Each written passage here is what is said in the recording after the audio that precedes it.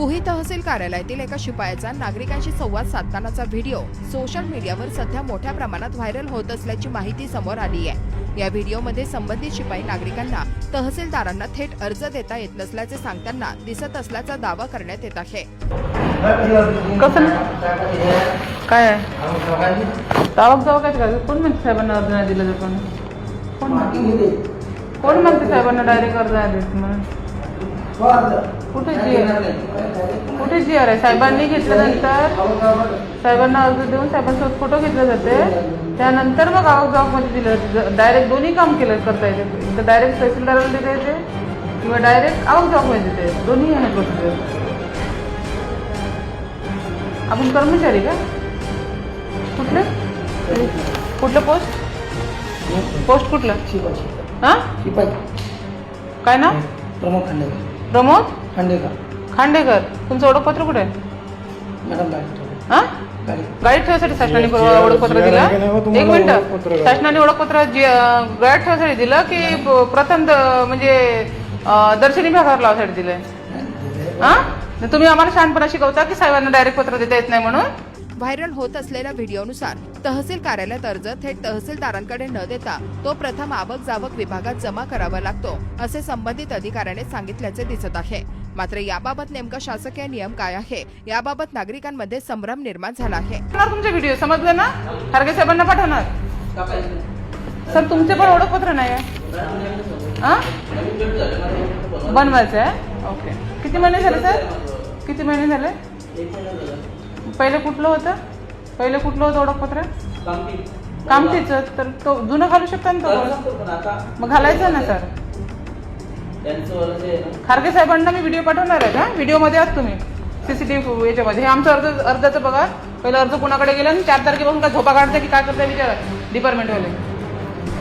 स्थानिक नागरिकांचा आरोप आहे की काही वेळा सर्वसामान्य नागरिकांना तहसील कार्यालयात प्रवेश करताना अडचणींचा सामना करावा लागतो, तसेच त्यांच्या समस्या आणि तक्रारी थेट अधिकाऱ्यांपर्यंत पोहोचविण्यात अडथळे येतात।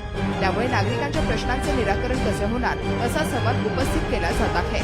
या प्रकरणाची नागपूर जिल्हाधिकारी यांनी दखल घेऊन वस्तुस्थितीची चौकशी करावी, तसेच तहसील कार्यालयात येणाऱ्या सर्वसामान्य नागरिकांना सन्मानपूर्वक वागणूक मिळावी अशी मागणी नागरिकांकडून करण्यात येत आहे। सध्या व्हायरल होत असलेल्या व्हिडिओची स्वतंत्रपणे अधिकृत पुष्टी झालेली नसून प्रशासनाकडून याबाबत कोणतीही अधिकृत प्रतिक्रिया समोर आलेली नाही। घेतल्यानंतर साहेबांना अर्ज देऊन साहेबांसोबत फोटो घेतले जाते, त्यानंतर मग आवक जॉब मध्ये दिलं। डायरेक्ट दोन्ही काम केलं करता येते, एकदा डायरेक्ट तहसीलदाराला देता येते किंवा डायरेक्ट आवक जॉब मध्ये देते, दोन्ही आहे प्रोसिजर। आपण कर्मचारी का? कुठलं पोस्ट कुठलं? हा काय ना? प्रमोद खांडेकर। तुमचं ओळखपत्र कुठे आहे? गाडी ठेवायसाठी शासनाने ओळखपत्र दिलं? एक मिनिट, शासनाने ओळखपत्र गाडी ठेवायसाठी दिलं की प्रथम म्हणजे दर्शनी विभागावर लावायसाठी दिलंय? हा, तुम्ही आम्हाला शहाणपणा शिकवता की साहेबांना डायरेक्ट पत्र देता येत नाही म्हणून? हा, शिपाई आहे तर तुम्ही तुरमखान झाले? तहसीलदाराच्या वरती आहे? तुमचं आहे ना ओळखपत्र? त्यांना ओळखपत्र दिलं, तुम्हाला गाडी ठेवायसाठी दिलंय ओळखपत्र, तुम्ही म्हणता साहेबांच्या हातात नाही देतात म्हणून? मी खारगे साहेबांना पाठवलं झालं सर? किती महिने झाले? पहिले कुठलं होतं ओळखपत्र? कामतीचं? तर तो जुनं घालू शकता ना तो? मग घालायचं ना सर? खारगे साहेबांना मी व्हिडिओ पाठवणार आहे का? व्हिडिओ मध्ये आहात तुम्ही सीसीटीव्ही याच्यामध्ये? हे आमचं अर्जाचं बघा। पहिलं अर्ज कुणाकडे गेला आणि 4 तारखेपासून काय झोपा काढता की काय करता विचारा डिपार्टमेंटवाले। म्हणजे लोकांचे जीव गेले तरी पोलीसवाले तर कारवाई करत नाही, तहसीलदार कारवाई करत नाही। इथे बसले कशासाठी प्रशासन? टाइमपास करण्यासाठी बसले का? कोण सर्कलला? चला आमच्या सर्कल पर्यंत। झोपा काढून राहिले का? बोलत नाही याचा अर्थ साधे लोक येतात चालले जातात। चला जे सर्वसामान्य नागरिकांची पिडवणूक करून राहिले तुम्ही लोक।